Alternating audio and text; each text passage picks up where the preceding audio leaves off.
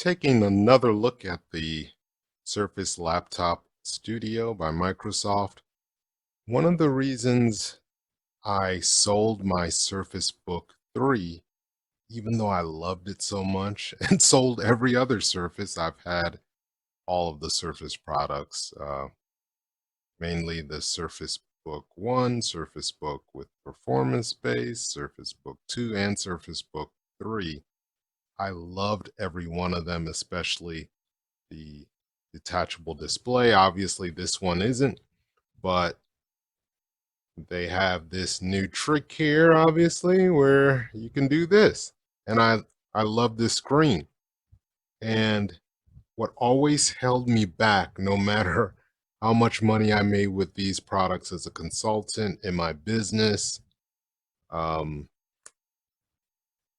just being more creative, what really would hold me back is the cost to performance ratio. And even though in my business, I make hundreds of thousands of dollars with these computers, it just never made sense to me to keep them for more than 6 months to a year because I knew the value would go down and then they would make a new one. And maybe the new one would do something like this. I didn't know. So, long story short, I would usually put up with it because of all the other positive aspects of the device for almost 6 months, and then I would just sell them and wait for a new one to come out. This time, I think they may have done it right, and one of the things they did is stop making the screen detach because obviously it's a great feature, but people have always said, well, what if you just make the processor and the GPU be in the keyboard like a regular laptop? So we've been seeing patents for this type of ability being available. As you can see, I could fold it all the way this way.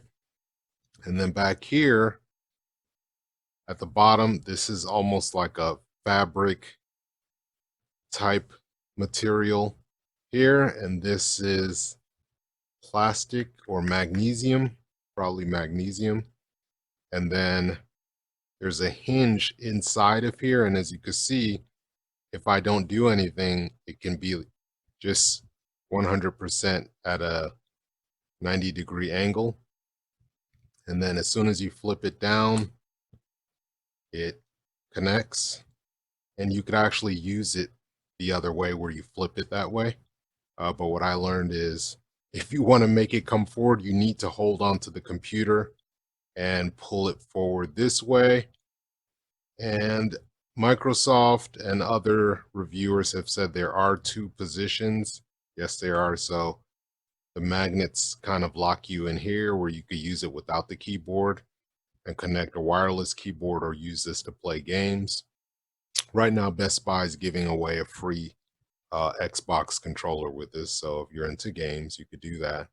The other issue, though, is some people were saying, well, there's only two positions. Well, technically, there's one, and then laying it flat like this, and then you could also turn it around. You would have to hold this down and turn it this way and just kind of have it like that. This is good because then you could have unlimited positions if you get one of those cushions that you could put under this, or they're going to make some third-party adapters. For my Surface Book 3, I used to have a stand that you could put under here that would cushion it. But as you can see, if you grab right here at the edge, it moves. So you have to have something under it, or you could just kind of hold it with your hand. And then I would have to go back over here to find the Surface Pen. That's the downside. And as soon as I pull up the pen, whiteboard opens up. And this is the old pen. I'm getting the new pen tomorrow, but the lines are still pretty straight on the old slim pen. Once I get the new slim pen, then I'll be able to tell you how good this is. but from what I've been seeing from other reviewers, it's pretty good. So that's that. So I'm going to close this. As you can see, it's pretty responsive. And then if I want to flip it back the other way, I just turn that this way. And at the top is where you want to pivot it. At the top here, you just pivot it that way. Locks in. And I turn it around. So yeah, I ran some tests and I'm going to show that to you right now.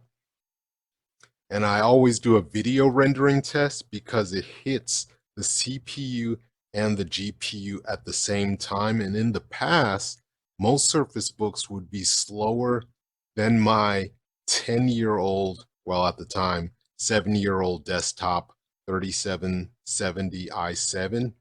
But now, and as you can see on the screen here, I'm running this in Powerdirector. And I took a 14-minute file. Oh, actually, in this screenshot, it was a 12-minute and 28-second 4K file, which was about 4 gigabytes. So it's a pretty good size file. And then I ran it through Powerdirector. I like Powerdirector because they utilize the GPU power a lot more than Adobe Premiere was for years. And for those looking for a good video editor for Surface devices, Powerdirector is pretty good because it uses the GPU. Even if you don't get the version with the GPU, it will use the integrated GPU as well, and you'll still get pretty good render speed. So keep in mind, this was a 4 gigabyte, 14-minute 4K file. And as you can see in this shot up here, it's only using 25% of the CPU because it's using 100% of the GPU of the RTX 3050 Ti. So what that tells you is it's actually limited by the GPU, but it's giving about 80 to 90% of the render speed of my desktop. So the desktop I have is an Alienware that I spent $2,000 on last year.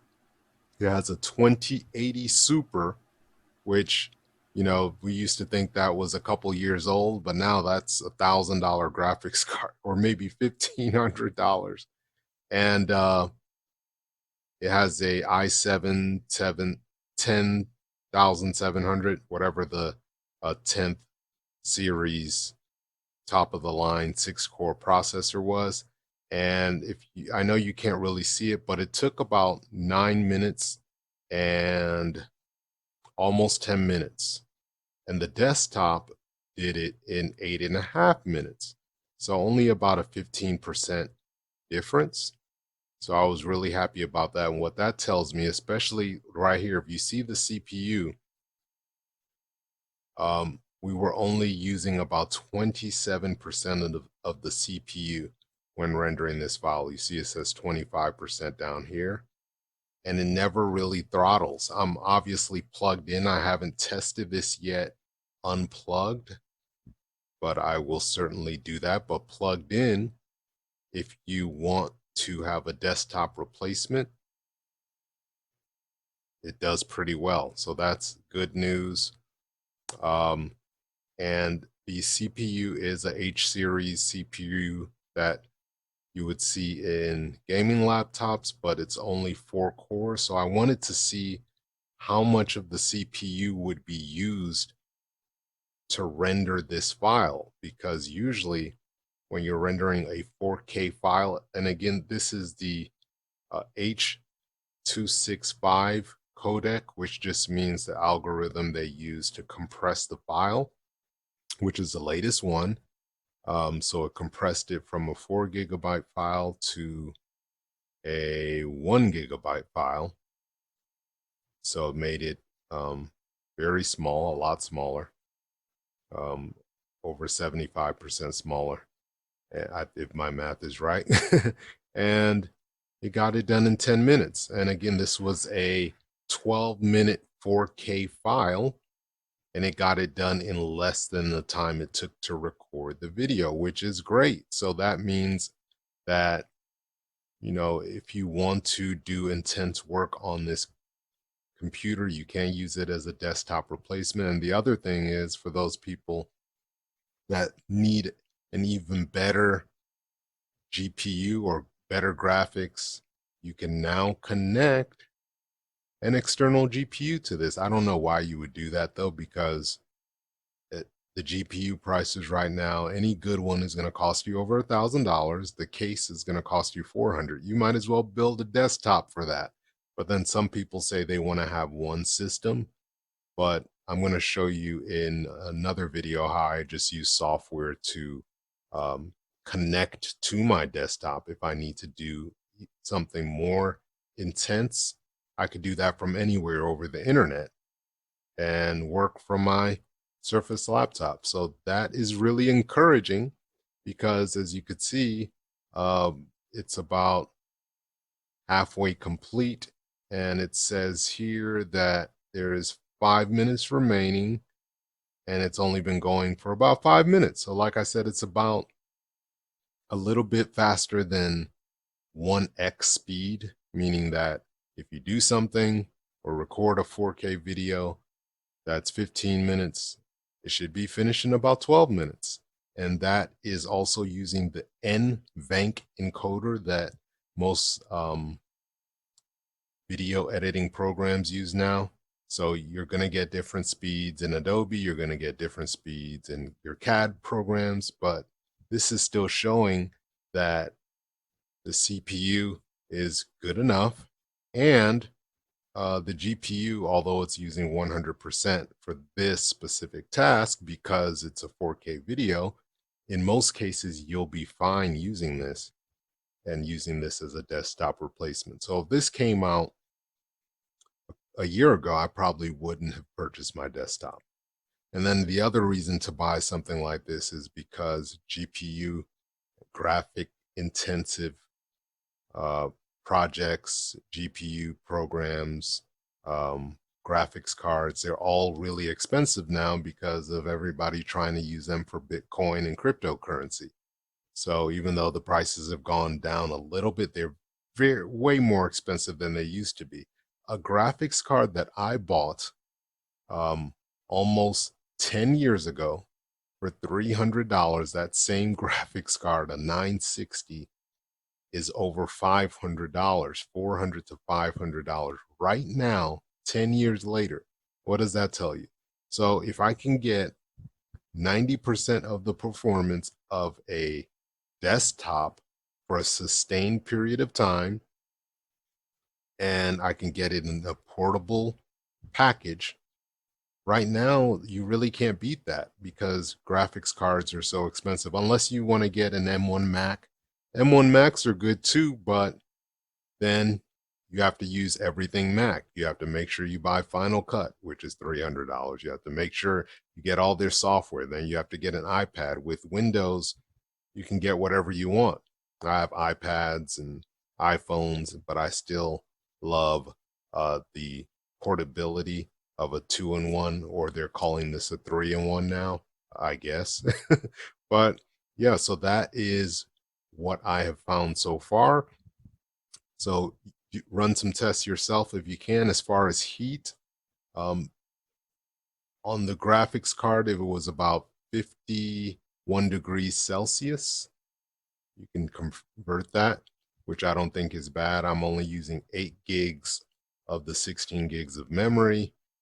And again, I'm only using 24% of the CPU, so I could actually use my computer. But if you're using 100% of the GPU, then you're probably not going to do a lot. Maybe you could check your email. That would just slow it down a little bit, not a lot of it. So hopefully this helps. I'll keep you updated and show you some more tools I'm using.